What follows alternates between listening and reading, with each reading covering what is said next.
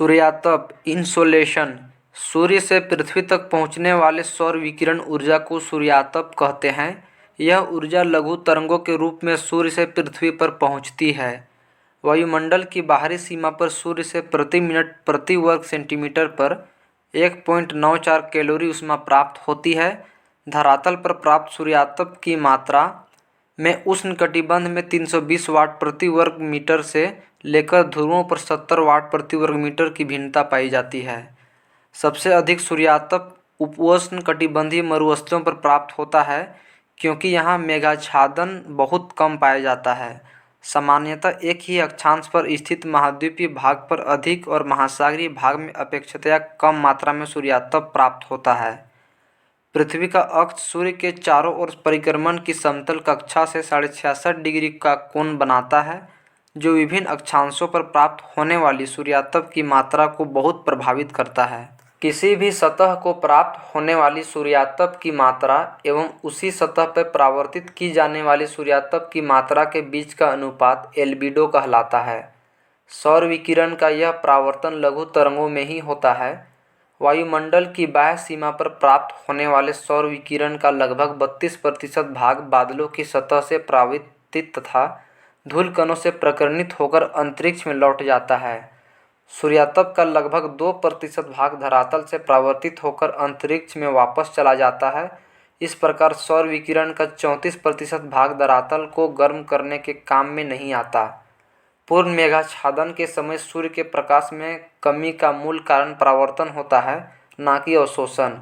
पृथ्वी सौरिक विकिरण द्वारा प्रसारित ऊर्जा का 51% भाग प्राप्त करती है। वायुमंडल सौरिक ऊर्जा का केवल 14% ही ग्रहण कर पाता है।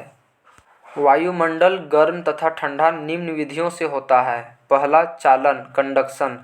जब असमान ताप वाली दो वस्तुएं एक दूसरे के संपर्क में आती है तो अधिक तापमान वाली वस्तु से कम तापमान वाली वस्तु की ओर ऊष्मा प्रवाहित होती है। ऊष्मा का यह प्रवाह तब तक चलता रहता है जब तक दोनों वस्तुओं का तापमान एक जैसा ना हो जाए। वायु ऊष्मा की कुचालक है, अतः चालन प्रक्रिया वायुमंडल को गर्म करने के लिए सबसे कम महत्वपूर्ण है। वायुमंडल की निचली परतों को गर्म करने में चालन महत्वपूर्ण है। दूसरा, संवहन कन्वेक्शन। पृथ्वी के संपर्क में आई वायु गर्म होकर धाराओं के रूप में लंबवत उठती है और वायुमंडल में ताप का संचरण करती है। वायुमंडल के लंबवत तापन की यह प्रक्रिया संवहन कहलाती है।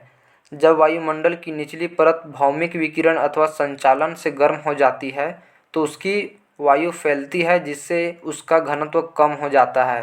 घनत्व कम होने से वह हल्की हो जाती है और ऊपर को उठती है। इस प्रकार वह वायु निचली परतों की ऊष्मा को ऊपर ले जाती है।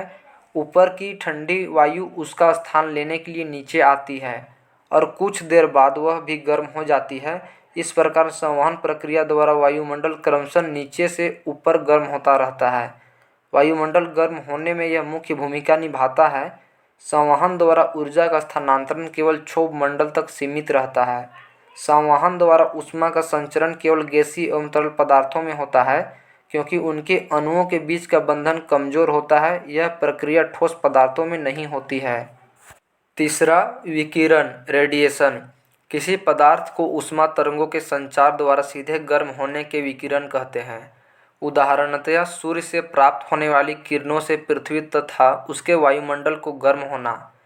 पृथ्वी द्वारा प्राप्त प्रवेशी सौर विकिरण, जो लघु तरंगों के रूप में होता है, पृथ्वी की सतह को गर्म करता है। पृथ्वी स्वयं गर्म होने के बाद एक विकिरण पिंड बन जाती है और वायुमंडल में दीर्घ तरंगों के रूप में ऊर्जा का विकिरण करने लगती है।